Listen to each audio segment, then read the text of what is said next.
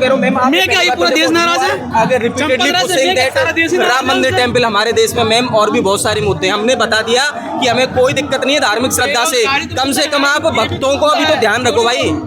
पता कितने सारे एक IAS ऑफिसर थे शायद, उन्होंने अपनी चांदी एंड सोने को गलवा के एक मूर्ति दी, पता चला उस मूर्ति का ही पता नहीं है कहाँ गई वो मूर्ति।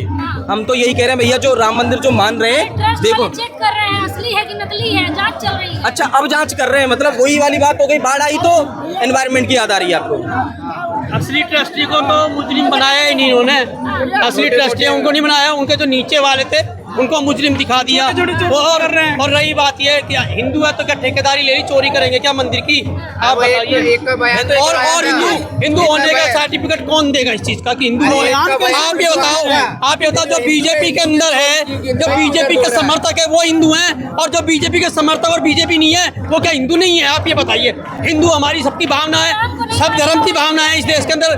सही तेबी नदी नहीं मानेगा वो हिंदू कैसे है जी? जो राम को नहीं मानेगा हिंदू? हम राम को भी मानते हैं, रा से राम भी निकलता है, रा से रहीम भी निकलता है। हम रा से राम को भी मानते हैं, हम रहीम को भी मानते हैं, हम सब धर्म को मानते हैं। हम ये नहीं कि बीजेपी कहेगी तो हम हिंदू नहीं है और बीजेपी कहेगी हम हिंदू नहीं है। हम राम को भी मानेंगे, हम रहीम को भी मानेंगे। ये देश सभी धर्मों का है, हम सभी धर्मों का सम्मान करते हैं, लेकिन यहाँ धर्मों का सवाल नहीं है, यहाँ शिक्षा का, नैतिकता का सवाल है। अगर मान के चलो हमारे देश के अंदर लाल बहादुर शास्त्री थे और रेल का एक हादसा हुआ, नैतिकता के आधार पे उन्होंने इस्तीफा दिया तुरंत। यहाँ पे क्या हो रहा है? यहाँ महिलाएं सुसाइड कर रही हैं, छोटी छोटी बच्चों के साथ दुष्कर्म हो रहे हैं, यहाँ छात्रों को आंदोलन करना पड़ रहा है अपनी शिक्षा को पाने के लिए। शर्म आनी चाहिए। मैडम आप बार संपत राय पे क्यों अटक रहे हैं? प्राइवेट कर रहे हैं। मैम एक बात बताइए, आपके पास क्या और सवाल नहीं है? आप लगातार चंपत राय पे टिके हुए हैं। हमने बताया मैम यहाँ पे एजुकेशन का मुद्दा चल रहा है, यहाँ पे मुद्दे से भटका और हमने क्लियर बोला। और मैं अभी मेन मुद्दा क्या है? हमारा मुद्दा, हम लोग सब इधर क्यों आए हैं? हमारा मुद्दा क्या है? हिंदू मुस्लिम। हाँ मैं छात्र हूँ और मैं ये कह रहा हूँ, मैं छात्र हूँ। ब्राह्मण हिंदू की बात कर रहे हैं मैम, तो हम इनसे ये बात कर रहे हैं, अगर जैसे रावण है वो भी हिंदू था, कंस है वो भी हिंदू था, क्या उसकी हम पूजा करें? अरे राम को हिंदू की शिक्षा का मुद्दा है, शिक्षा का मुद्दा है, हिंदू मुस्लिम कन्या है। ये हिंदू कौन है? बीजेपी तय करेगी कि कौन हिंदू है कौन मुस्लिम है।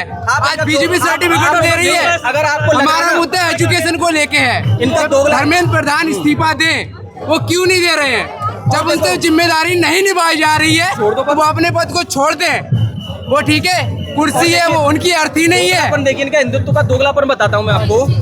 उत्तराखंड में जब चुनाव होता है, क्योंकि वो एक धर्म मतलब एक धार्मिक भूमि है, तो वैसा वे नॉन वेजिटेरियनिज्म को बड़ा क्रिटिसाइज करते हैं। और जब वेस्ट बंगाल में इलेक्शन होता है तो वहाँ पे इनके MP लोग मछली खा रहे हैं और वो कह रहे हैं ये बिना नॉन मिर्च की और ये लहसुन की मछली है, मंगलवार को नहीं खा रहे। बताइए, सेम ऑन यू। ऐसा सिंपल बात है, हमने भी धर्म पढ़ा है। मैं जब बचपन में था ना, हमने भी रामायण देखी है, हमारे सब आइडल्स हैं ये लोग बाग।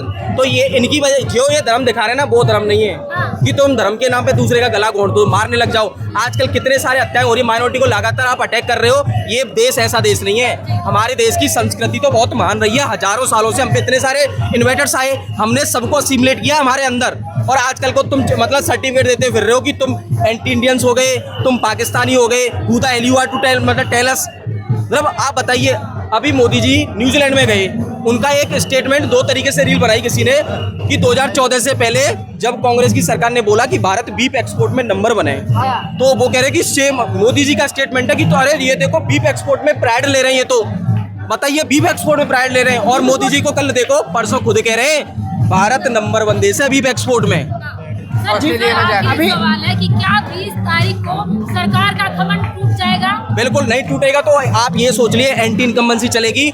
और ये यूथ है ना, ये जैन जी पहली बार 2029 में इलेक्शन देगी और 27 में यूपी में देगी। तो जिनको लग रहा है ना जो यहाँ ना आ सके वो वोट देने तो जरूर जाएंगे। और आजकल का युवा इतना तो समझ सकता है कि भाई हम वोट से बदल सकते हैं लोगों को, बदलेंगे।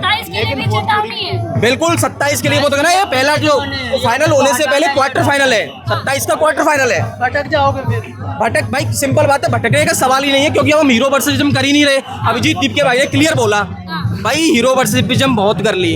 अब सिंपल बात है, 750 पार्टी है हमारे देश में। जब तक अकाउंटेबिलिटी नहीं होगी तो क्या मतलब है एक और नई पार्टी बनाने का? भूल जाएंगे युवा। वही तो फिर बताइए, अगर हम इस वजह से फिर कुछ नया करें ही ना, फिर अगर ये कहते हैं कि भाई 2011 में प्रोटेस्ट हुआ कुछ नहीं हुआ तो उसकी वजह से तो फिर हम मान के बैठ जाएं कि भैया रहने दो, फिर तो कुछ नहीं हो सकता।